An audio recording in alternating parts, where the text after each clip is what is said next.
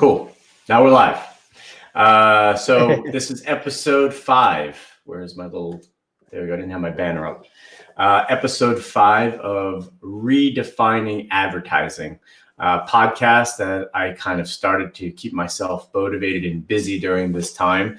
But also, I've been working with a lot of clients that have a lot of questions, and a lot of things have come up in the production world in general, and in the world of advertising about like what is next, some of the tools and tricks that people can do to kind of help them through these very difficult times. So kind of started this thing to educate some of the clients I've been working with, but also just saw a lot of people that were just really attracted to some of the subject matter that we've been discussing. And this for me, I think is probably going to be one of the most interesting podcasts that I've done to date, because it involves with production and the ability to do production right now in these times that we have. And really, we're in a very weird time. Joe, you shared me on an article just released by the union for the Directors of Photography Union, and some of their guidelines that they have coming up with production. I think that's a really super interesting topic that we will definitely discuss and get into in this podcast. But one of the things I think that's really been interesting for me is, transitioning to this new way to create content, and kind of like this new way that we can continue to make content. And, I think if this had happened 10 years ago, I don't necessarily think it would be possible to be creating high quality content. But I think we're in an age where you can with the right people. And I think it's really important to kind of like understand, different ways to get it done, the different tactics and things that have been happening in the marketplace to get great content made. And you're a great person to have on, Joe. And I actually worked together on a Budweiser spot about 2 years ago, Clydesdale spot. And since then have maintained a really great relationship.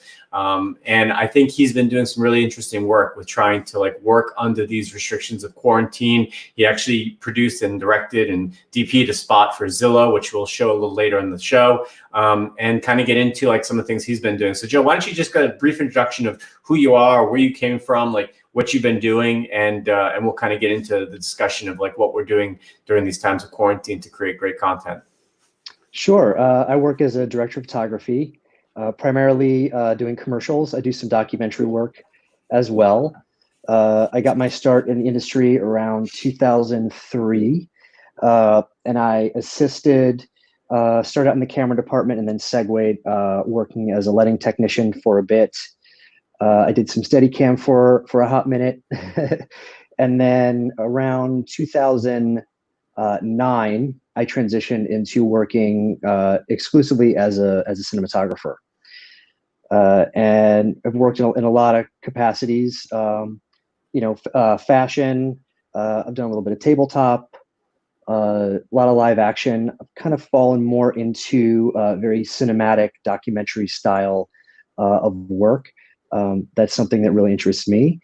And the industry has been really, really good to me. I think this is big changes for people. And so I was presented with an opportunity early on in the pandemic by a good producer friend to film a spot for Zillow at my home with the Mill and Fig Agency. It was all time lapse. And I mean, this was really, really early on when things were just, it felt very sudden. It was big changes. No one really knew how to make any content at the time. And we did it all at home, all on my property. The agency and the client, Zillow, were understandably, and I think rightly so, very, very cautious about not wanting anyone outside of my immediate family involved, from talent side to technicians, production, anything. So everything was done virtually, remotely. Mostly had all of my equipment here. So I've owned my own camera equipment for the better part of 15 years, actually, at this point. So I had my Alexa here, my still setup here, and I think a couple of things were messengered over, and we used disinfecting protocols to deal with that. But after that spot, I realized, in talking to the head of production at the Mill, and friends, that it was sort of a unique opportunity to position myself as a cinematographer, given the space that I live in, and the resources and skill set that I have accessible just from my home, to put that out there and present that as a set of resources for production for, during this time period. So reached out to graphic designer and put a deck together and sent that out, circulating it. Did headshots of myself, my daughters, my wife, who has for the past 6-7 years been working as a production manager and line producer, but before that was a professional sound mixer for a decade. And so headshot of her, the dog, got out my stills camera, did location photos, and just tried to put something out there that would speak to people in the industry in this unique situation to allow them to produce content. Because I saw that it was either going that way, and things have changed. I think we can get into that, but it was either that or the other route that I've seen is people putting together these remote production kits and shipping them to talent's home. And that's usually in a situation where there's a more high profile talent. So, and there's a hybrid now. People are getting more comfortable with the remote situation. So I can't talk too much about it. I'm up for a job. I don't know if I have it yet, but it involves a high profile talent. And they would ship that person a remote kit, and he would do a portion of the commercial there. And then I was approached to have my daughters, in another element, and I would film them and do it on my property in a location there. So that's interesting. So are they asking you, once they ship this equipment to the talent, that you would kind of like help that person or those people at that location set up the lights, the camera? Like, would you kind of like almost be a virtual DP? I am not being asked to do that on this spot, but Okay. I have friends who have been approached to do that in a consulting capacity. I had a conversation with the head of production at a fairly prominent LA production company, and his advice to me was try to situate yourself in that position. I do think budgets are playing into a lot of this, because I think another issue that we're seeing is, again, understandably, the economy.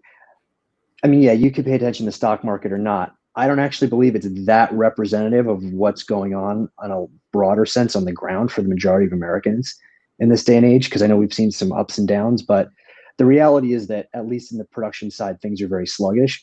And I think advertisers know that, and they're a little bit more cautious with their ad dollars right now. And so you're seeing content being produced, but the budgets are not what they were six months ago. And I think that if they don't have to spend that money right now, they're probably not going to. So that's tricky, Yeah. I think one of the other biggest challenges right now from a marketer's perspective, whether it be a brand or a business that's been traditionally doing content, is trying to figure out what to do right now, is the message, right? So every single day, it just seems like there's something new or different that's happening in our world that affects that brand's messaging. Like so the trends that I saw happening, around the world from a content perspective was, 3 months ago, we had a lot of content that was focused on unity, and we're kind of all in this together and stay at home and we'll get through this type of messaging, to over the past, let's say, month, maybe a little bit less than a month, it's been more upbeat optimism and a little bit of making fun of our situation, where there's like a chorus did a spot where people are staying home trying to have a beer, and they did this virtual thing where you can do a Zoom call, have a meeting from home. You saw this spot done by, I think it was AT&T, about, the new school was basically, instead of showing elementary schools, you're showing homes and the challenges there. And so there's some of that levity that's been happening recently. And now with our current, social situations that we're currently in, that lightheartedness and that kind of like, maybe we're kind of getting to a new type of normal has shifted once again. And I think it's very challenging for brands, who traditionally make content not based on every day immediately responding to situations, but through a pre-planned execution, meaning it takes 3 months to make a commercial. I mean, it's not like, oh, we have an idea and then tomorrow we're going to shoot. It's like, then we have an idea and then it's 3 months worth of ideation and actually putting it together. I think brands and businesses have to change that model. I think what you've been doing with Zillow is an opportunity for brands to do that type of very quick, fast response. I'd love to know what it was like working with the agency, the mill. Like, how long was it between like ideation, and maybe you don't even know ideation? We have an idea, we sold it, we're going to do it. Like, did you find this one experience like much faster than traditionally some of the spots you've done historically in the past? Yeah, it was really fast tracked. Yeah. I want to say I was approached, and I could be a little off. This is from memory. Let's say I was approached on a Monday to Yeah. submit photos of my family and my property. Mm-hmm. And there was a back and forth because it was okay, well, we need a couple more angles from this. Okay, we'll get back to you, on a Wednesday or Thursday. All right, you're in the final round of 5 or 10. They told me that. And then, I want to say on like a Friday or even a Sunday night, it was okay, we want to go with you. And then it was maybe a week to the point where they wanted to shoot. I'm misspeaking because it wasn't a Monday. I think it was actually they were getting ready to go into actual production on Friday. I had to pressure them to push the shoot a day because we were doing everything at home. And my wife and I were rearranging furniture. I was prepping a camera package, testing everything. I was up till like four in the morning, and we were supposed to start filming the next day. And I was looking at the weather report, and I said, look, y'all, this is going to be in our best interest to push a day and actually get our ducks in a row here, and not waste a production day on a bombed time lapse, because it was all very intricate time lapse, and I had to do all the downloading, right? So all the media management. I was actually acting in the spot and running 3 simultaneous cameras. I had an Alexa and 2 stills cameras running time lapse simultaneously from about 4 in the morning till 9 or 10 p.m. every day. And these are what we call holy grail time lapses, where you have to ride the exposure from, dark night into sunrise. And then, so it's a double holy grail, and then sunset into night. And those were our hero moments for the action. So it was complex. Yeah, I would say it was very, very fast tracked. But Yeah. the agency and the mill were fantastic. I do think there can be a tendency to overdo it on Zoom calls and not let people actually get into production. And they were just awesome. The director and the line producer would reach out to me individually, and we would just have a back and forth. And I would text them frames or just FaceTime really quickly and show them what a setup was. And that worked really, really well. And then they had an FTP server set up, and I had just coincidentally upgraded my internet speed. So I was uploading, 4.5K Alexa files and, stills stacks as we went. The workflow evolved. It was really really interesting learning curve as we went, and we had to change some things. I think we ended up doing 3 shoot days for it. It's funny. I do think things are fast tracked, but when you're in this at home production environment, things do take longer because you don't have all of these people with dedicated roles speeding things up. For me, at least, because I have children that are now acting in spots, you can only work them so many hours. They also have to eat. So yeah, the spots come up very quickly. We go into production very quickly, but then the actual production timeline gets spread out because you often need that review period. So I did another little tabletop shoot here, and I ended up filming at night, but then there was a review period. We kind of had to go back and shoot a little bit more and spread out to wait for that review process. So that's been another interesting development. And as people are becoming more elaborate, what I'm seeing happen is they're not going to necessarily one home or one cinematographer. They are tapping a director, and then they maybe are hiring 3 to 5 DPs to coordinate and bring these scenes together to create a spot. So that's happening. So yeah, people are adapting, and I hadn't thought of it in the way that you phrased it, but I am seeing these themes on a creative side emerge. Been seeing a lot of stuff, spots for solo workout gear, like powered skateboards, and it is optimistic. And I think some of this is actually seasonal. You know, traditionally in the industry, Right. there is a seasonality to advertising, and I think we're almost seeing that now, but in a new way with the pandemic, right now. So summer just naturally is a little or more upbeat, and we have just been all quarantined, and so at least in well, LA has struggled a little bit more, but you know, in a lot some large cities, the case numbers are coming down a bit. So you do see that upbeat nature. I wonder what's going to happen. Unfortunately, I hope this isn't the case, but if we do have, you know, spikes uh, in case counts and how that will affect things, and if that is related to seasons.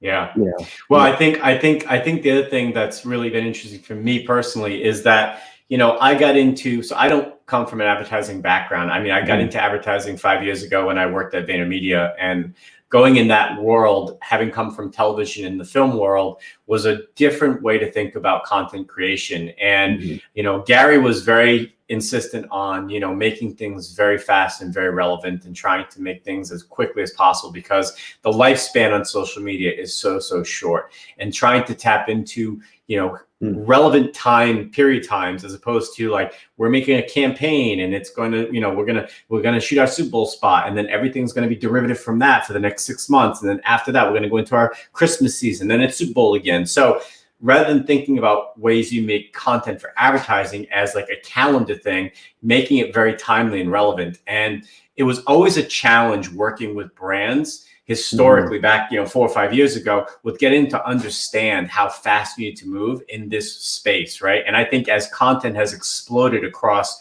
all social media channels, that has become much more prevalent and much more, it's definitely become something that every brand has become more and more aware of, is to maintain Yeah. relevancy. What we've done in the past 3 months is we have forced every brand, no matter if they were doing it or not doing it, to think about that when they come to creating content. And I think what's even happening on even a bigger macro level is that, to your point, every single state's at a different point in this entire crisis, right? So like Texas is not going through what we're going through. California's not going through it. Washington State's not going through. So you need to make content for each individual region. And because you have social media, it's not like TV where you buy ads for one TV show and then it's going to run across nationally. You can basically geo-target each individual market based on where they are. So I think the next evolution of this thing, as we start to see what happens through the summer months, and as we start to see what happens specifically in the fall, is, are different regions going to have different situations as we move forward through this? And if so, how could a brand kind of make different types of content for each different situation? So I think like that's where we're getting. And that is a very fascinating space for me, because I'm wondering how this may actually change brands for the future, forever. Like, have we gotten to the point where like brands are starting to realize like they can actually be very content specific based on individual situations? Yeah, I think so. I think it's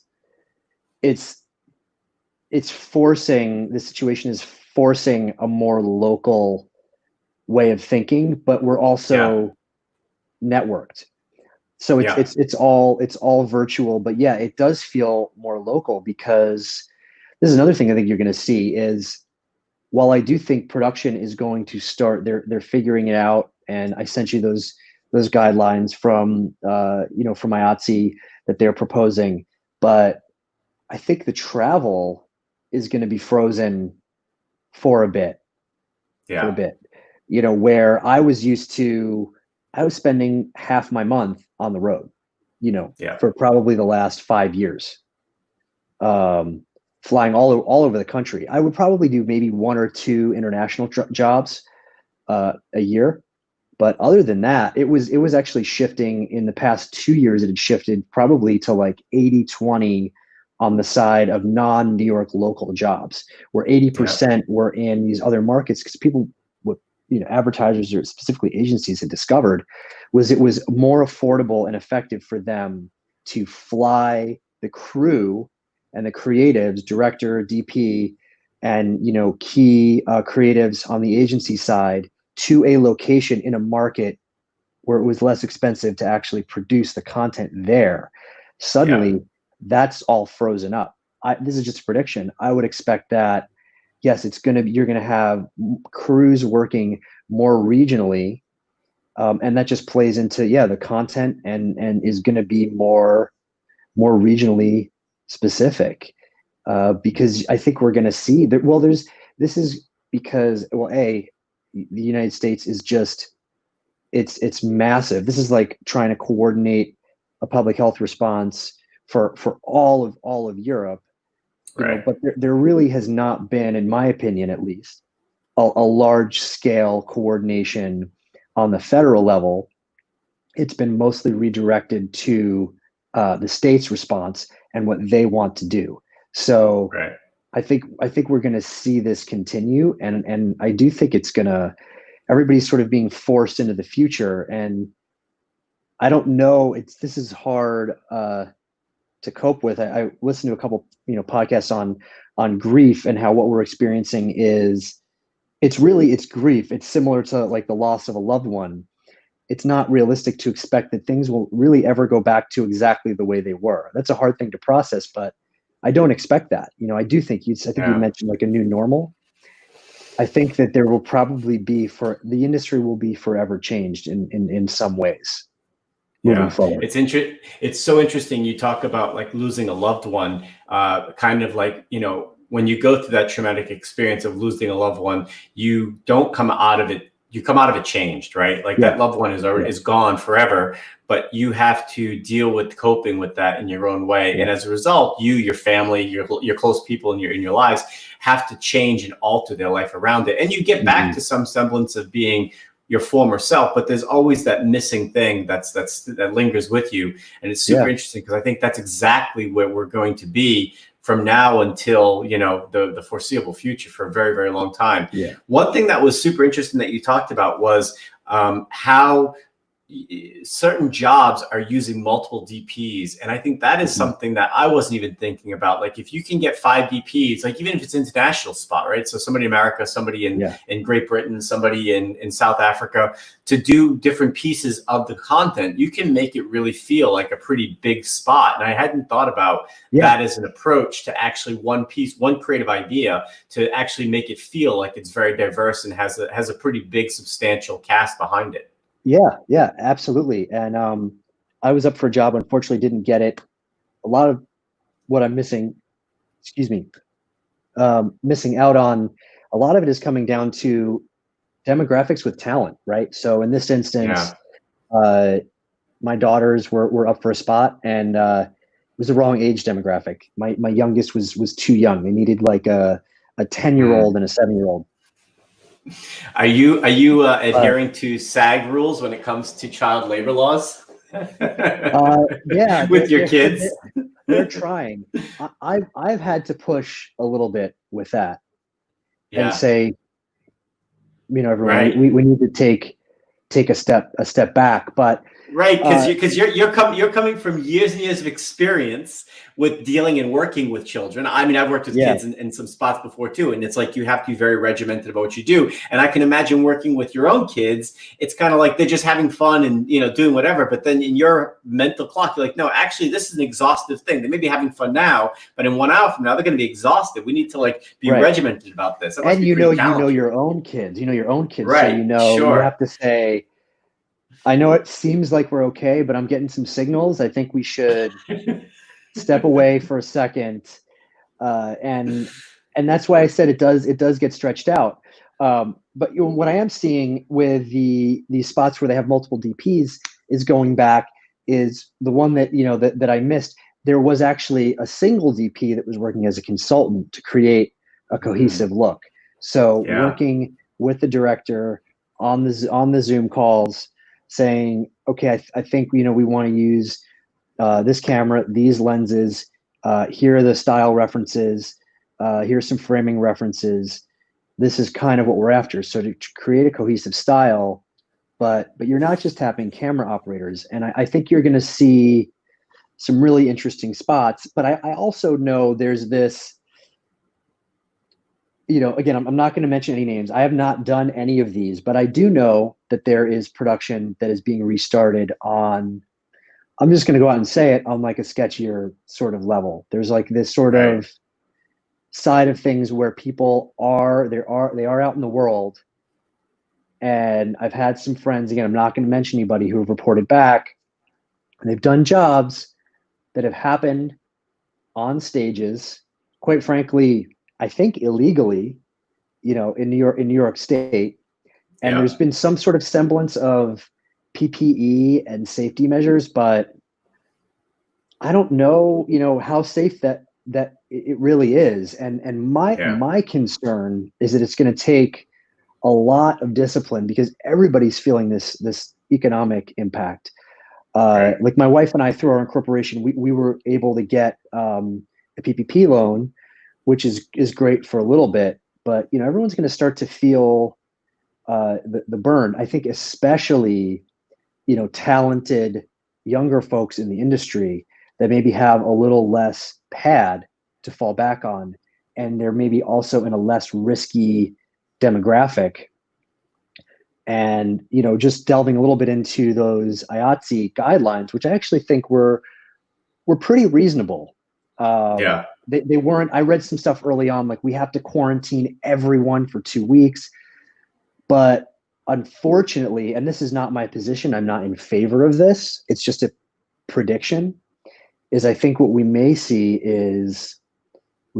this sort of weird, shadier side of like a sector of non-union. I'm not gonna say all non-union, because there's a lot of non-union that I do think functions very above board and does things the right way, and we've all been on those jobs. But there is a sector that already was leaning towards, I'm going to say, some like labor abuses and cutting corners and this and that. And unfortunately, I think there's an opportunity for that sector to sort of prey on, the economic plight that a lot of people are going to feel. And I don't, people shouldn't feel pressured to jump into unsafe situations, but hopefully, we see like what I saw with the Mill and Zillow and Fig, which was a real desire to keep people safe and do the right thing. And I hope that what we don't see is this swell of advertising that just is sort of has this facade of safety, but in practice is not really doing much. Like I'm hearing stories of like people on a studio, they dole out masks, but then halfway through the day, everybody's standing 2 feet apart with a mask around their neck or their nose hanging out, and nothing's been disinfected. All the camera gear is being touched, and you really have no one there in a supervisory role anyway. Maybe no medic, and so no ability to contract trace at all anyway. So I think there's a little bit of an onus on advertisers and and agencies really to say, no, we demand, this is a top-down thing. We demand, we know this is going to cost a little bit more, but this is the right thing to do, and we understand that, and not let it be a race to the bottom, because I do think that it's a little bit out of sight, out of mind, and this is a mouthful, but people's lives are kind of at stake. You might not know that person, and that's what's so difficult. Is maybe it's someone that's young, that's living with an older person, and they get sick and they bring it back, and that family member gets ill, and they're in their 70s and they pass away, and you'll never hear about it, right? But Right. it still happened. Yeah. Yeah. That's the biggest thing. Anyway. Yeah, I mean, I think that's the biggest thing for me. That's been an eye opener throughout this entire situation. I mean, I've got two little kids. You've got two young kids, and the thing is, like, we don't know where everybody has been, and that's kind of the challenge. Is that people, I live in an apartment building, and so we're always, around other people just because of our current living situation, and it's challenging to even, interact with anybody in the elevator, in the hallway, or whatever, because it's not that person that I'm mostly concerned about. It's the 50 or other people that have come around those people. And if they're not being protective of themselves, then they're not looking out for you. And it becomes this massive sea of confusion. I think that for me has been the biggest problem over the past 3 months, is like, I just feel like we're such in a sea of confusion, and that confusion does not help in any situation. And it doesn't help in this current situation with production either, because like you said, I myself have been like, so where are we in this world of production? Like, I've seen people, in different parts of the country offering those studio type solutions that you've said, but where are they in their evolution of, reopening?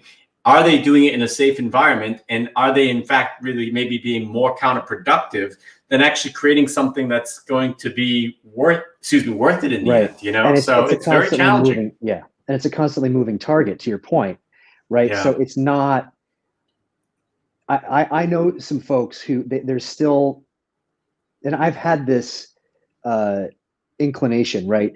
You sort of still feel like we're where we were 3 months ago, at least in New York, where we're in total lockdown. I shouldn't leave my house. I shouldn't do X, Y, Z. But the reality is that the case counts are, New York's done not the best job, but New York has moved really in the right direction. I mean, the case numbers are way, way, way down. We got a late start, but I mean, there have been major strides made. And so it's hard to understand, well, we're not where we were, but how does that translate? And it might go up again. So what's okay? What's not okay? And like you said, there's no real coordination. And then on top of that, you have different media outlets.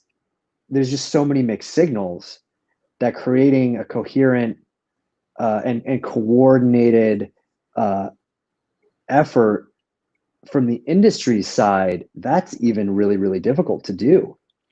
Yeah. I think that we're going to get, I'm hoping, I think the fall is going to be a challenge. I think you're going to see probably a swell of production, a relatively normal production over the summer. Relatively, people trying to adhere to some of these guidelines. And then, I would expect it in the fall. Unfortunately, things are going to get weird is not the right word, but we may have some spikes again. And I'm hoping that, either by January or mid next spring, there's either a vaccine that does start to trickle out to really susceptible sectors of the population, people with pre-existing conditions, older sectors of the population, or what have you, and that by the spring, between that starting to roll out or not, or just contact tracing and hopefully approaching herd immunity, if that's a thing, right? We don't even know if that's a thing or not. Right. But by next spring, whatever the new normal, because everyone wants to be in the new normal.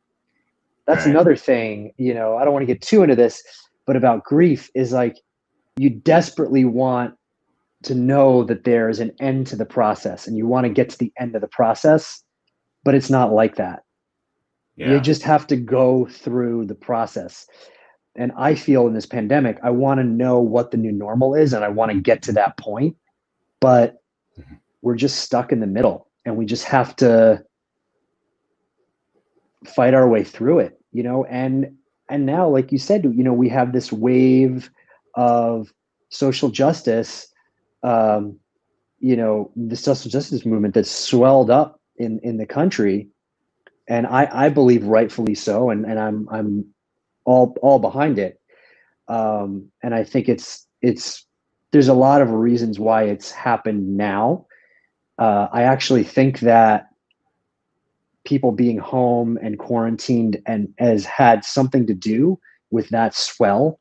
I think there was just this build up, and the economic impact, and everything just kind of built up and exploded. But I do believe, and I'm not placing judgments when I say this, but I do believe that there will most likely be some sort of swell in cases from that. Hopefully, seasonally, it's not as bad as it would be if everybody were gathering, in an indoor, like, in the bar, in Barclays, for a concert. But a couple weeks we might see a spike. So now that throws, and I say this in the sense that there's always far more important things than advertising. Okay. But I think there will be an effect, right? It's another moving target for advertising in the industry. Yeah, totally. I mean, it's been very difficult for my wife and I as well, because like we live blocks away from where people congregate before they start their march every single day over the Brooklyn Bridge. And it pains us that we can't go. Like, we want to be there so bad. But when you've got a 5-year-old and you've got a 1.5-year-old, like, if my wife were to go down with this virus for 2 weeks in quarantine and had to put her in a private, like in a 2-bedroom apartment by herself, it just would devastate this entire family. So unfortunately, that's just the current situation that we're in. And so it's really painful. It's really, really painful to be in this situation and not be able to have a voice in this movement. But at the same time, you've got this impending virus hanging over the entire situation. And, like you said, like, what does it do for the rest of the entire summer now as a result? And I have no idea. And that, again, it gets back to this whole thing of confusion. And I think, like, I have just been massively confused for the past, like, 2 and 3 months. And I don't see any clarity coming anytime soon, especially as we move into the fall. And, like, you hear baseball's trying to get back and NBA is trying to get back. And it's just like, I just don't know. Like, where are we, and then not having that clarity from the highest level possible, I think, has become a very problematic thing when you get down to some of these lower levels, especially in the world of production, where you rely on, massive crews. I saw something where LA is going to start maybe, ramping back up production next month or two. And I'm like, I don't know how they're going to do that. Like, I understand that at some point Netflix is going to run out of shows. I get it. I understand, like Apple Plus, they're just going to run out of content because they're not in production for stuff. But how do you put together a crew on a show like The Mandalorian that probably has like 75 people on it every single day and maintain some type of safety protocols? I have no idea. Yeah. And I joked for that show a couple of weeks ago. My wife and I were watching really lovely behind the scenes BTS piece. And I'm thinking, you like, we know, right? Because we've been on sets, but then you watch these BTS videos and it's this reminder. It almost feels like a distant memory in this way. Totally. You're reminded of it and you go, oh, wow, people are, that's what it takes. So close together. And I think you might see, for some of these shows and features, you're going to see this island strategy where you have quarantines, people, and it'll be worth it. If you're on or it's back-to-back features, or it's 3 months of production, it's not something I want to get into, because I value my, I like spending time with my kids and my wife. You value your life. I value my life, which is part of why I gravitated towards commercials, is just to have some more of a balance in my personal life. But I think they'll quarantine people for 2 weeks. They'll rent out a hotel. I know in certain areas of Asia, go in this hotel room. There's no key card. You're in this room. You cannot leave. We will give you food. And then everyone comes out and it's a giant quarantine. Yeah. You're part of this production quarantine. And, I wonder, the quarantine thing is really interesting to me. Just in general, like, my wife and I we haven't really figured out the right situation, but just in terms of school or our personal life, and like, can we find a family that we can quarantine up with? And for those that don't know, right, a quarantine is when you very responsibly, you would isolate for 2 weeks away from the people that you want to get into a bubble with, a quarantine bubble with, and then you would come together and you would only hang out with each other, but you'd be able to go into each other's homes, and you treat each other like a family, and it allows you some sort of social normalcy and closeness, and kids can play together and you can have meals. And I have a dog now, and it's been wonderful. We were just reminded that we're human animals, and we're pack animals. And it's, if my dog is depressed, she's depressed because she doesn't get her doggy play date. She doesn't go to the dog run. And so I wonder if there's a way to somehow create crew quarantines with, Yeah. a DP, a sound mixer, and a gaffer. And you kind of go, there's so many ideas that are, it's just an evolving situation. Yeah, I think that's exactly the answer. I mean, I think a studio thing breeds so much potential for disaster. Not just because you're in an enclosed space together, but because when you start to think about a studio environment, there's so many variables that have to come into play. You can't do it with like 3 people. It's just impossible. Otherwise, it's going to take 5 days to create one small piece of content. But in some of these worlds, like you look at news crews that are kind of surviving through this thing, right? Like they're doing it. So I think they do have some type of situation like you just described, where it's like let's say 3 to 5 people in the production world have agreed to, I'm going to interact with my family and I'm going to interact with you guys, and that is it. I'm going to do everything else I can. And maybe they've all been tested in advance. And so they've been basically maintained this small little family outside of their own personal family in the world of production to keep things going.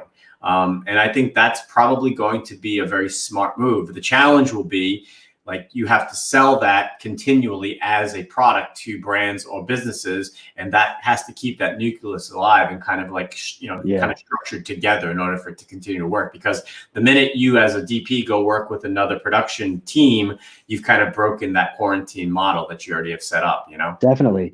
I feel a little bit fortunate. I think that the way that I see production going is more doc based. Things outside with smaller crews, and there I sort of had 2 sections of my work prior to this as a cinematographer. I did a lot of this. I'd run around with anamorphic lenses on an Alexa, but in a docu branded environment, on location, often outdoors. Sort of adventure lifestyle, right? But with a more cinematic sheen tossed onto it, in terms of lenses and style.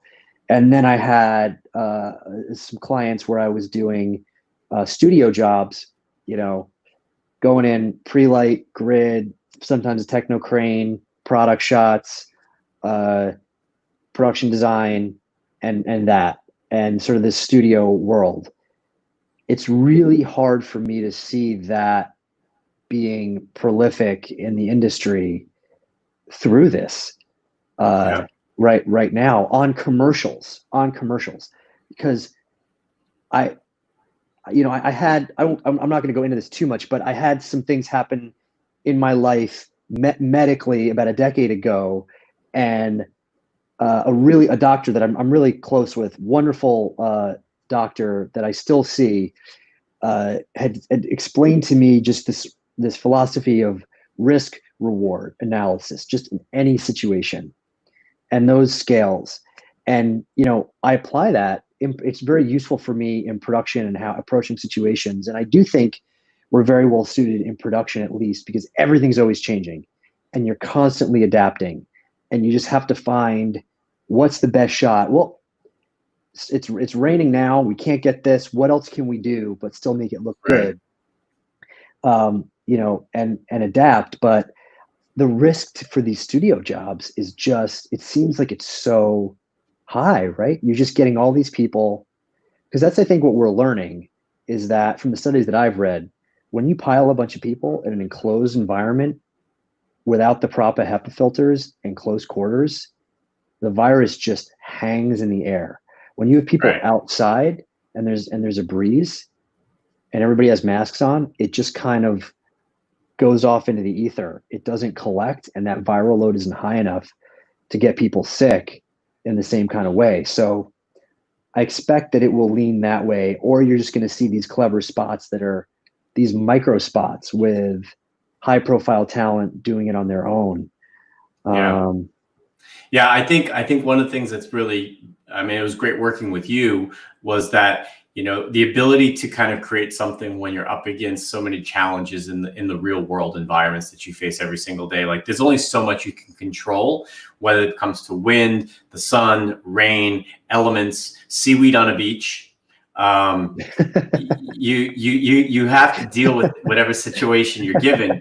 But I think the people that can succeed in this world of production in the short term, and maybe even in the long term as we move forward, are people that aren't so precious, you know, and can adapt to a situation, you know. And you're right. You deal with a lot of people, and I've worked in a massive shoot for Mountain Dew where we probably had like 80 people on crew, between the people building the sets and the G&E team and everybody, props and everybody that were a part of this thing. I don't know if that entire team survives outside of like the structure of, this is how we do something. This is what we need to get done. These are the amounts of lights we need. This, like, there seems like a formula that you have down when you come from that world. That formula doesn't easily translate into a world where you need to be quick on your feet, adapt, and change to whatever the environment is. Yeah, it seems like, and this is just so pertinent, speaks so much to society in general to me. I think the middle in our industry was already in trouble. Meaning the middle range of budgets, the middle class of the industry was already in trouble going into this. I think it's in even more trouble now, because I think you're going to have these smaller, nimble jobs that are hyper adaptable, that probably do. You mentioned Gary Vayner, but I do think that model is just even more relevant now, where super adaptable. It's about the content and having strong creative. Doesn't mean it doesn't look good, but it's just getting pertinent content out there. I think that there's a place for that right now. And there is still going to be a place for these massive productions that are just willing to throw the money at the scenario to make it safe and still make the content, right? Like, when I read that IATSE document, I kind of go, okay, this is totally doable on a large episodic production or feature. On The Mandalorian or a feature film. You're right. But can you imagine that working on sort of like a mid-level, like 500K commercial? It's not going to happen. Unless it's a Super Bowl spot in the world of advertising, or it's episodic or feature film, and that's it. There's no middle ground. And the thing that's interesting is, like, I feel that we were headed in this direction without a pandemic. Like, without any of these things. That's what I'm saying. I just think we were heading there over the next 5 years. I think we're heading there over the next 5 months. And I think this thing has like interesting. Yeah. I was sort of thinking, because I've been personally lamenting the death of that style of production, but maybe that was an inevitability anyway, and it's just been accelerated. I don't know. There's no way to know. Yeah, I don't think you live in a world today where you're on your phone like all the time, and the content that you're being served up every single day is different from one day to the next. And you're a brand or business trying to keep up with that relevancy, and think that you're going to spend between $250,000 and $500,000 on a commercial spot to maintain that level of content creation. It's impossible. But to your point, if we can find a way to rethink content, and it's about the creative with a handful of right people who can actually get the job done and look good. I mean, you're an incredibly talented DP. You pair you with a great assistant camera operator, maybe a gaffer, a good producer, a good director. Like, you probably have a base of a team there that can actually get great content to look great. Now it's on the creative side to make sure that that content fits within that model of production. And that's where the two have always clashed. I mean, you've probably felt it too from the agency side. You've got the agency creatives who have very precious ideas, who want things done a certain way. Then you've got the creative people who actually can execute the idea based on the budget thresholds that they have. And then what happens? The agency's creative keeps going up and up and up, but the budgets don't. And you, as a creative person trying to make the expectations of what is put in front of you creatively, can't sometimes match that budget. But if you can find the creative people to really think about, this is what the budget is, and this is what I know we can get out of the production of it, I think you can create massive scales amounts of production. You're not going to get the budgets that you had before, but you're at least going to maintain that level of quality that you had, you know? So are we headed for an era of creative monogamy? You know, like, can people look that? What's happening at all the agencies right now. Everybody's getting let go. Look at every single day I get an Ad Age email, and every single day it's some people at the highest levels of some of these massive agencies that have been in existence for the past 50 years are letting somebody at the highest levels go, or they're cutting massive amounts of people down. And it's because a lot of brands can't afford, as you said, to make that content or make that investment every single year at the levels at which they were before. You need to be able to make a creative output and production output kind of match at the same the same economy that they were paying 2 years ago, 3 years ago. And that's where I think the rubber is meeting the road. And I think you need to find these agencies that also have a very high production acumen. And if you have that, then you're able to say, I understand production at a certain threshold. And me understanding that as a creative person allows me the freedom to work within this box. Too many times creatives have thought outside of the box, and that actually is not a space we can play in anymore. It was 5 or 6 years ago because brands were willing to pay that money because they were paying for 4 or 5 spots a year. They're paying for 4 or 5 spots a week. So you can't do that anymore. And that was the biggest challenge in me working in the agency environment, was like, do we have enough creative agency people that understand the limitations and the expectations of a production world where you can actually maximize that budget to its fullest potential? And I think that's where we are right now. And I thought we were getting there over the next 5 years. I realized, like, okay, you're seeing companies like Budweiser, Pepsi, Chase, Verizon, they're all building internal agencies. So they understand, oh, we should actually bring some of these people in-house and make our own agencies inside, and then just pay for the production costs of what we want to produce outside of our own agency. So you're already seeing some of that happen. I just think now it's like, it just got injected with steroids. It's like, it's going to happen over the next 5 to 6 months, where this model of, we understand as a company what our brand voice is, what our vision is, what our purpose is. We can kind of give you a rough idea on the creative. Let's bring in talented production people to push that creative where we want it to be, and actually go and execute and get it done much, much faster than we were,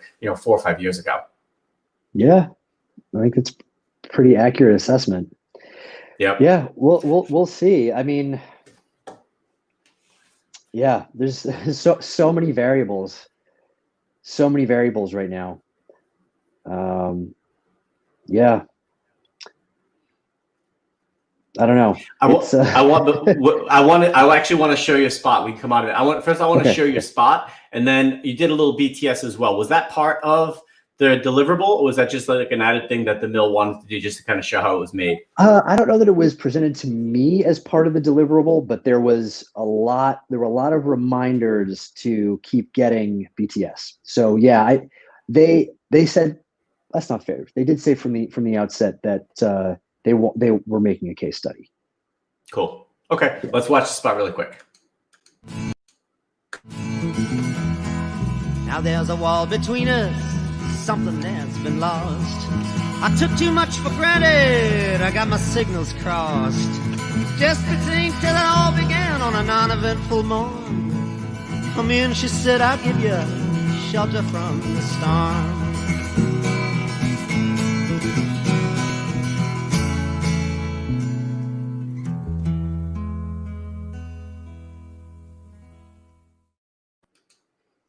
Okay, so before we show the BTS, like, you watch that spot, and you're like, wow, it's really nice. It seems very simple, but then you watch it a couple more times and you see all the intricate things that are happening in each of your windows and all the frames, like the coordination of that stuff to make sure it's happening at the right times with the right lighting situations, right time of day. It's a pretty big, challenging thing to do, especially when it's your family that are kind of stepping in as the actors for this thing.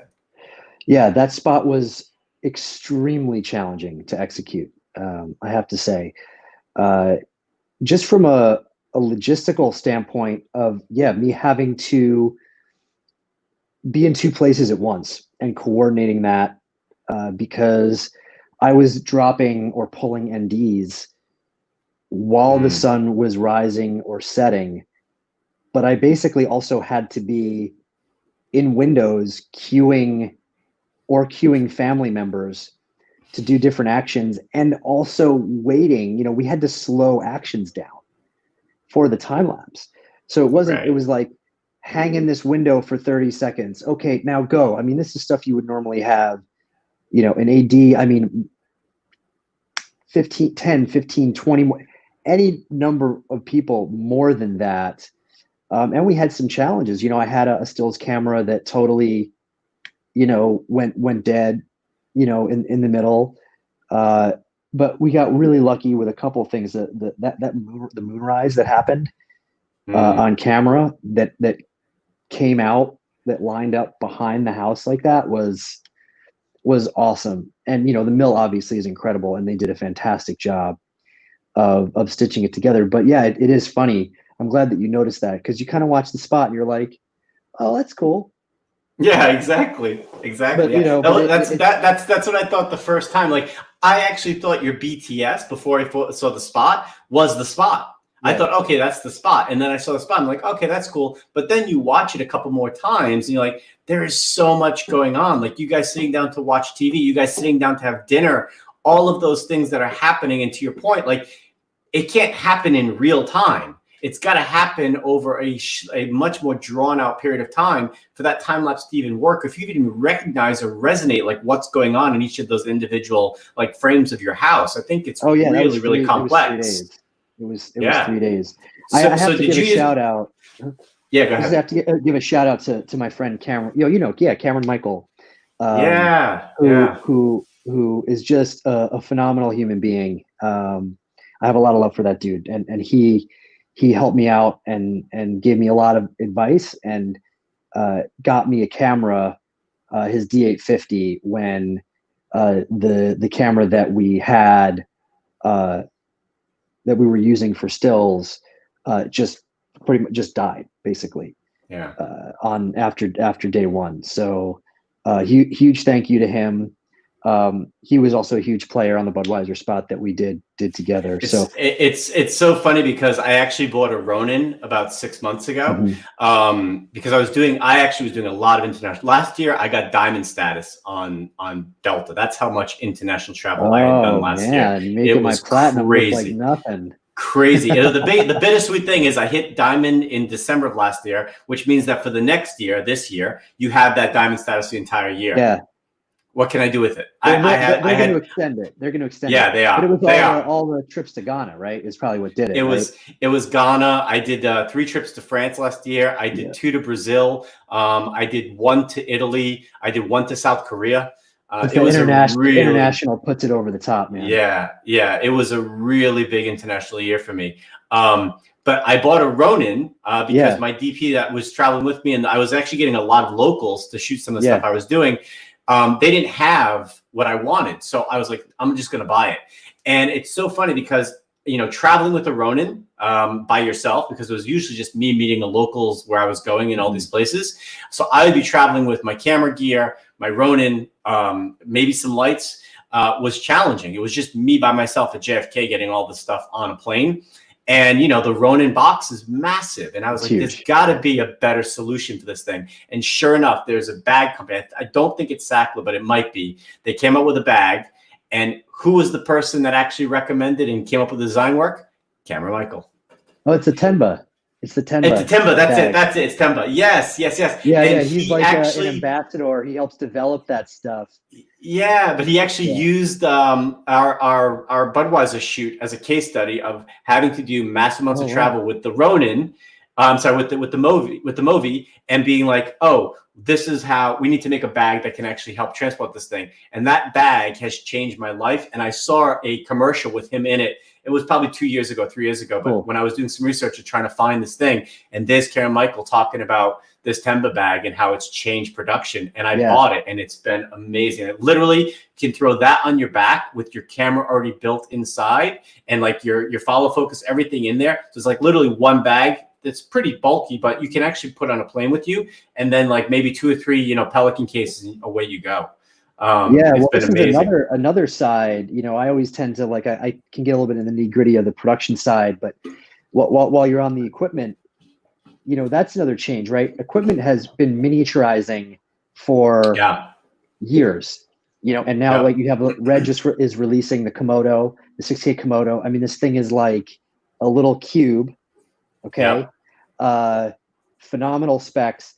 I just didn't upgrade. I invested in a Panasonic Lumix S1H, Netflix approved camera, little mirrorless SLR, shoots 6K, shoots full, anamorphic, amazing specs. I got a small Astera Helios kit and a little Juin gimbal. I think this is another thing that was turbo injected. That's my read on the situation. It pains me. My heart hurts. I just sold my Aton XTR Super 16 setup. And I have a setup that I can just manage myself. I mean, with it, I can strap a small gimbal on it.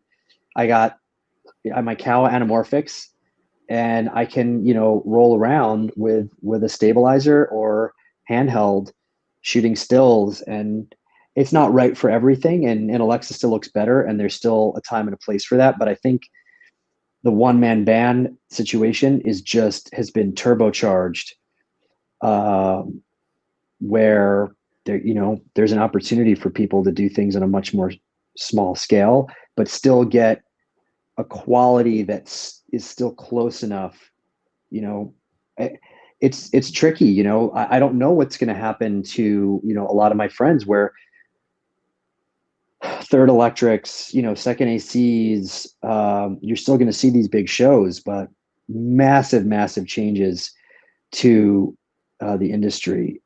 Because if I can go, I may be asked to go out, hey, just stay 6 feet away from this person.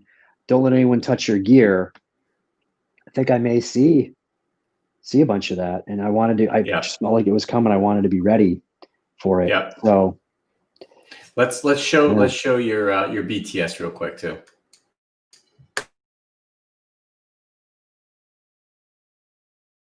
It's 4:15 a.m. The kids are still asleep, and I'm about to start setting up our time lapse.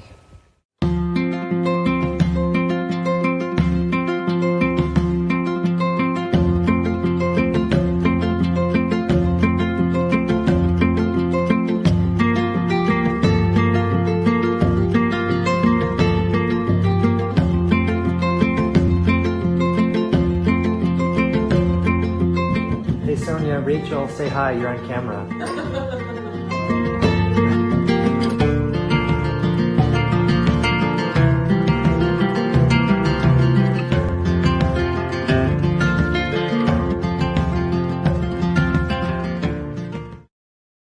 Yeah, I mean, it doesn't get any more one-man band than that, right? No, not really. So funny to see myself. I'm no good without my coffee, man. That 4:15 a.m. shot. I'm like, because I feel like I'm slurring my words. I haven't had my coffee yet. But you do stuff from home. You can still wear sweats half the time. For production. Cool. Yeah, it was interesting doing it that way, but it was doable. The stars do kind of have to align, I think, from talent side, location side. So I think it seems like a lot of DPs that are now doing this, like everyone's getting one or two. But the agencies they're not really, they're jumping around a lot more. Right. So we'll see what happens. I like this idea of a quarantine for production, picking your crew and kind of sticking that. I wonder if people will cheat.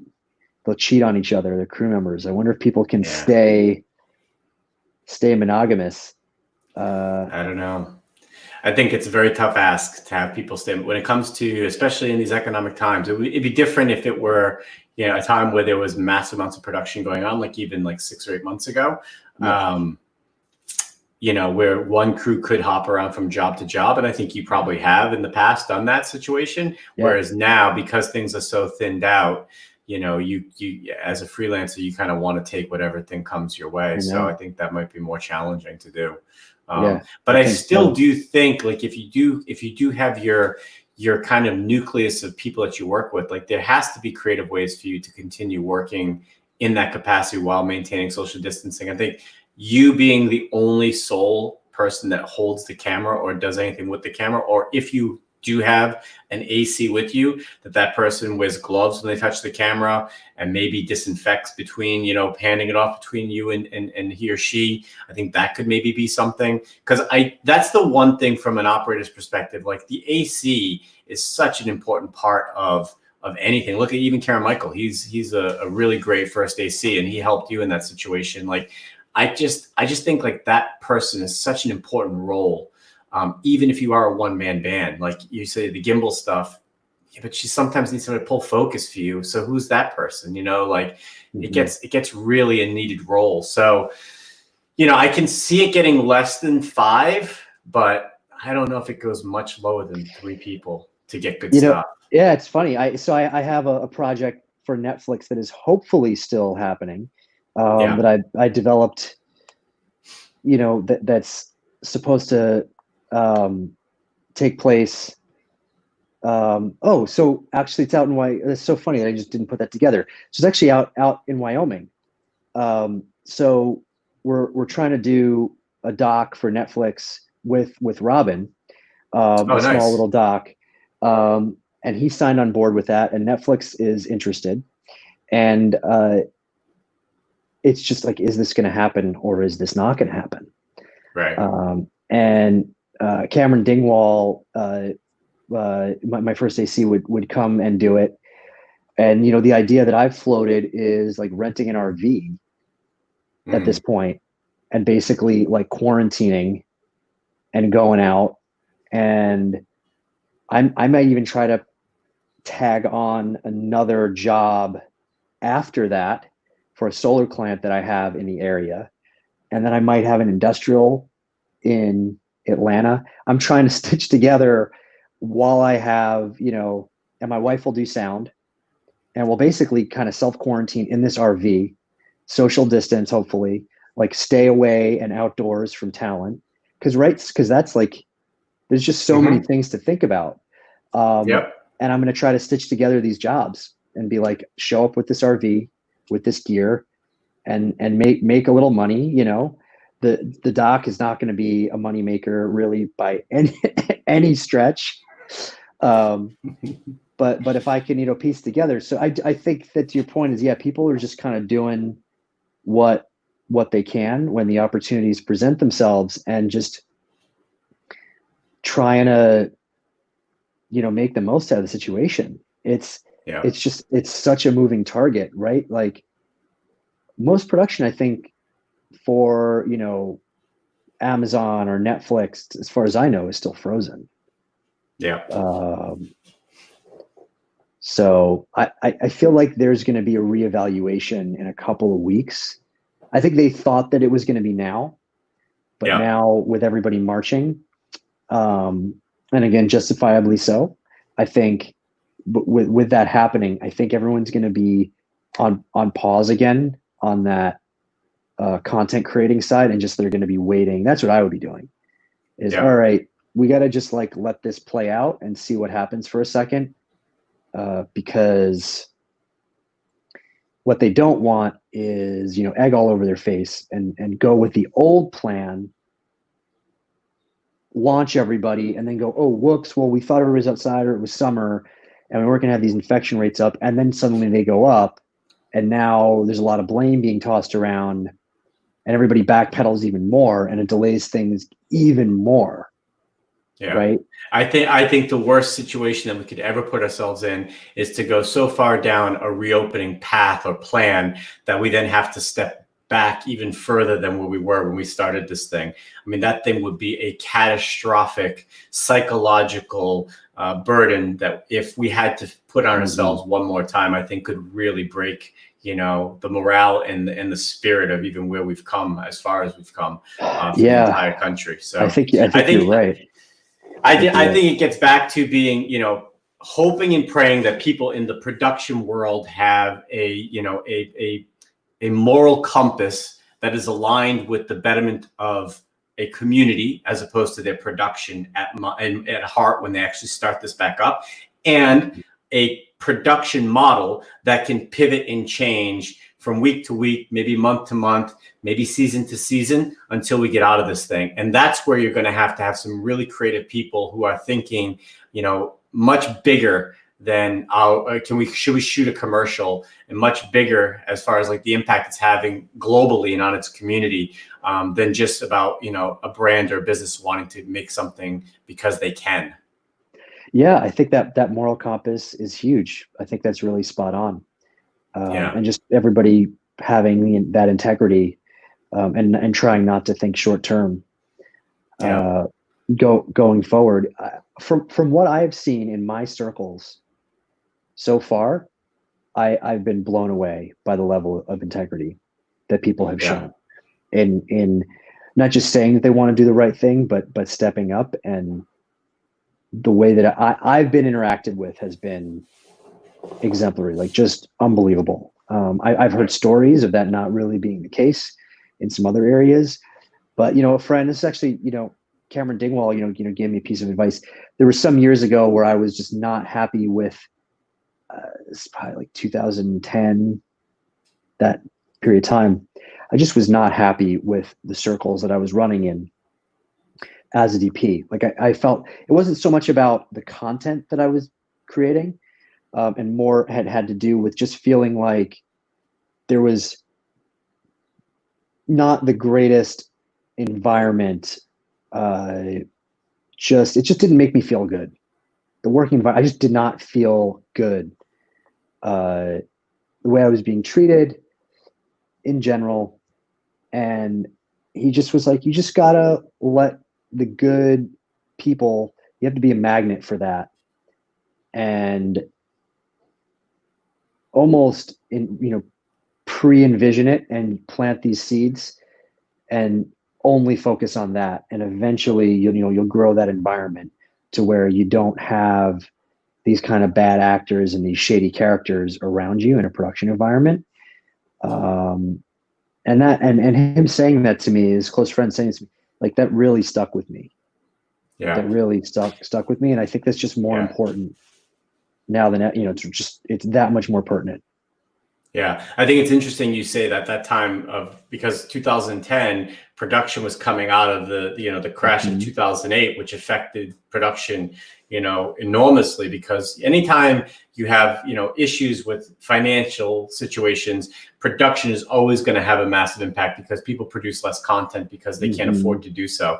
So that time of was an interesting period for production as well, because we were coming out of that. And there were a lot of people that were taking advantage of certain production situations because they felt like, oh, well, they need to be working, so we can maybe take advantage of the situation, maybe even profit off of them and not so kind or so good to these people that we're actually bringing back in. And we're kind of we're actually at a worse place now than we were in 2010. So it'll be very interesting to see, how that kind of comes back around. And to your point, are we going to see the goodness in people come out to continue making great content, or is it going to be more of like an advantage taking perspective where it's like we have lower budgets, so let's really, I mean, one of the interesting things with the article that you sent me was that they're looking at reduced work days. And reduced hours. Yeah. Yeah. So I think that's incredible. Like people don't realize, but a 12-hour workday on a production crew is kind of the norm. It's kind of what's expected. And that to your immune system is devastating. It's devastating. And I think something that this is not you specifically, because I think, you're someone that gets it, but as someone that's in production or was, like I joke with my wife sometimes of like, I say like, I used to be a DP, which is I'm like, I don't know, but my normal is on set. I'm not, and even not like a director, where a director's on set twice a month. Every day that I work, except for a scout really and some prep, like I'm on set a lot. Yeah. A lot. Like when it was busy, like I'm doing 2 jobs a week. If it's a 3-day commercial or something, 1 job a week, 2-3 jobs a week. And you don't realize how much that normal, like humans are very adaptable, right? We're very adaptable, and you quickly lose sight of that normal being bad for your health. And something that's been really interesting for me in this pandemic is to see what's happened to my body when I get enough sleep every night. Because you're not in this now, but you will be soon, where your kids sleep through the night. Like my little one sleeps, like she slept till 9 this morning. So like you do sleep again. And I'm working out almost every day. I'm eating right. I'm not like running over to Crafty and like slamming a handful of M&Ms in my mouth, and you're better. Like, I don't know if everyone that knows, like Jason, he's like, he eats really, really well. He's very like health focused in his diet. I go through phases, but on set, I get some bad habits going on. And see this change in my body where is really interesting. I'm more healthy than I've been in a long time. Like I'm not looking forward. Hopefully I have the fortitude to not let myself slide back into those bad habits, but it's really bad for people's immune systems. So is, tear gassing citizens. I hear that's like really bad for helping them avoid the virus. But yeah, we'll see what happens. I hope that it's funny, like this could be a real moment of change in so many ways. Yep. I hope that it is. I think it's, the one thing that's been a little bit disappointing has been some of the reactions from everything. The civil unrest that we've had, plus the pandemic, from some of the brands. A lot of people have followed suit with the standard corporate jargon. We're here for you. We stand with this situation with you. That I feel is a bit disingenuous and a bit like forced upon them, as opposed to that's what their makeup of their brand or business actually represents and stands for. And so that's been a bit, disappointing, but it's to be expected. My hope is that a lot of these smaller businesses and smaller brands whose integrity, whose passion, whose purpose aligns more with some of the things we're seeing in our society are allowed to have a bigger seat at the table, and people will become more aligned and more responsive consumers to those brands and identify with those brands and those businesses more so than brands that maybe are disingenuous or not really true to what they're saying. They just have to because it's what the moment's forcing them to do. I hope so. I really hope so. I also think, jumping off that point, which I think is a really good point, I hope that's where we go. I really do. And this in general just has to do with leveling the playing field, right? But I hope, that the American people, right, are realizing that suddenly now the NFL is, right, I read that they retracted those statements. Yeah. it's like when people do get together and there is an understanding on the side of advertising that, wow, this is really how large swaths of the population feel. I'm going to just jump out and say I think the majority of people feel like actual, like in terms of people count of humans, like in the country, feel that sways advertising, and that that it's still disingenuous, and I don't like that, but it also still does drive content and opinion, because that's really like on the advertising side. Well, the thing I hope it does is I hope that what it does is it forces these bigger brands to really look internally, and it forces them to remember a lot of these brands that are legacy brands have been in existence for a very, very long time. And they all started with the same intent and purposes that a lot of these small, mid-sized businesses and brands are at right now. They all had an integrity and a purpose and a reason. And through the years, they've pushed away from that because it's called advertising. They've had to use rhetoric to actually buy their brand. They've had to say 1 in 10 doctors smoke Camels because that was what the thing that was going to actually push their brand. But we've gone through that, and now we're in an age where social media has become the exploitation of what snake oil used to be back in the day, when people would come in town with their snake oils and people are like, actually that stuff doesn't work. Word of mouth has changed it, and we're in this global scale of word of mouth right now. So maybe some of these mid and small size brands that have a very direct link to their purpose and their identity and their reasons, because they were birthed in the last probably decade out of some necessity or white space. They're like, hey, we're better than those bigger brands because we are here for a reason.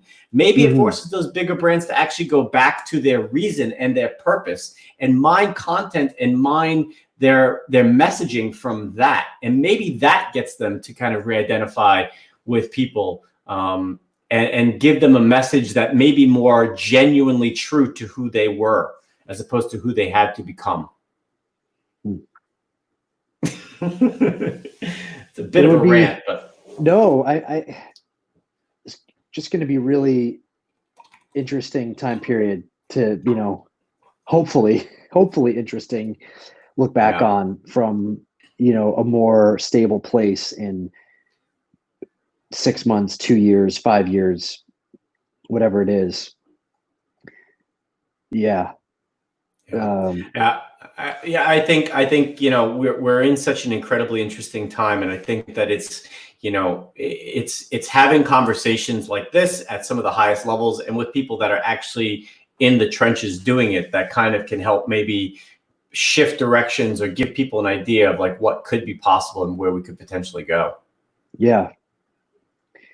And I do think there is I saw an opportunity to drive the environment and sort of improvise. Like I know, there were certainly other people I think doing it, but it's interesting in the way that you can manifest things from the bottom up, right? Yeah. I saw an opportunity to create a specific type of deck and a specific opportunity for production that I don't think is necessarily as unique as it even was a couple of months ago, but I saw that opportunity to make this deck and get it out there. And so that I did on some level, I think is driving it. I at one point I was getting put up for 2 or 3 of these jobs a week after I had gotten that deck out. Right. And I'm still getting calls about the deck. Oh, we saw this deck. Like, what are you capable of here in this space? So I think there's just this tremendous opportunity, and that's just me speaking personally on what I'm going to say is a very small scale. Like, I'm not going to try to call myself like an innovator, but I do think what it made me realize is I think there's a real opportunity for innovation right now, for people to be innovators, and not just up top from the advertising or client side, but on the content creative side to innovate and offer people new solutions, because people don't know. So if you're someone Right. that has an idea and you think you can create interesting content right now in a safe and imaginative way, like, get after it. This is just a great space to do that in, and try to be positive and forward thinking. But it's hard. It's really hard. Like, I know everybody has days where you're just like, you either read the news about, health, politics, whatever, and you're just like, oof, man, like it feels really heavy. Yeah. It feels really heavy. But I think it's great that you have this show and you're putting this together and staying occupied and driving the conversation and creating a forum for it, because we are kind of shaping it now. All these conversations, it helps to shape it. So, Right. people should, and everyone should feel like they can have a voice and jump in on the conversation, because, I do just hope that everyone's like staying safe, It gets back to the thing we talked about earlier in the program, which is like, you have people that are so far removed from what is possible in the production world from a creative standpoint that sometimes you need to show them what's possible in this moment. Yeah. Like, I think the initial knee-jerk reaction to everybody when this happened, when it comes to content creation, was, we have to pause this indefinitely. We're shut down. I think Yes. it was shut down, right? Or we're going to go to Getty and get a bunch of still images and things that have been produced, in the past, and put them together with some music. And that's all we're going to be able to do in this current climate, which UGC content with maybe some stock photos and some music, and that's it. But you have to show them what's possible, because I do think that there has been a widening gulf between the creative world and the production world. And I think that because of technology, because of where we are, because of all the camera technology that we have at our disposal, that you own personally and can do, sometimes it's very challenging for people to see what's possible in that space. So I think you need to kind of help them, understand that. And I don't think people understand it on the highest creative levels, even from the executive levels. I think the only way to do it is from the people who are actually physically doing it and being like, this is what is possible. And then the creatives can maybe fill the gaps into what they want to do based on what's presented to them. Yeah. So yeah. Anyway, Joe, we're going to leave it at that. It's well over the hour that we had scheduled, but I think it's been an incredible conversation. I could go on for another hour with you just talking about the NFL right now. Like, I have so much to talk about with the NFL and my disappointment there. Like, so disappointed with their response and their reaction and what they've done. I think it's crazy, it's right? Really, it's ridiculous. I mean, just not to get too off on tangent, but just like, when everything happened with Colin Kaepernick, like the ridiculous nature of that time for me was about the misunderstanding of what he was doing and why he was doing it. Messed up. But just the shift from the lack of understanding at the highest levels and communicating that lack of understanding to the masses, and the masses saying that's why he's doing it. And for them to backtrack now after destroying this man's career, which is what they did, absolutely, I think is like, it's a massive blemish on that entire organization. And it's a shame, because it is by far my one big vice is I love football. I love American football. I mean, I've been to like 4 Super Bowls, and I followed the Patriots since 1985, and with my dad, and like I was at the Super Bowl when they came back from like 29-3 in Houston with my dad, it was an incredible experience to have been a fan of the sport. And now, like, looking back, I'm just like, I'm so disappointed, and I was disappointed at the time when they were distancing themselves from him. But now even more disappointed that it's taken these extremes to really educate people. It's a shame, but hopefully, I'm very hopeful this is the moment that it all gets better. I'm really, really hopeful. I feel like the images we're seeing of the police crossing the line is something we've never seen before. And that, to me, a moment of hope that there's a deeper understanding of what's going on. I think traditionally, when we've had these moments in our historical past, it's been about lack of empathy from the highest levels. And we still have that at the highest level, but at the level of change, and we're talking about change where it needs to happen. It needs to happen down here. We're seeing it and feeling it. And I think that for me is a silver lining in all of this I've never seen that before. And we've lived through a lot. I mean, I lived through Rodney King. I lived through a lot of terrible things that have happened to the Black community. And I think this is a moment where it feels very different from all of those other times in history. I hope so. Yeah. I mean, you know, people just need to keep it up. Yeah. You know what I mean? And until changes are like massive changes are implemented and vote, you know. Yeah. Yeah.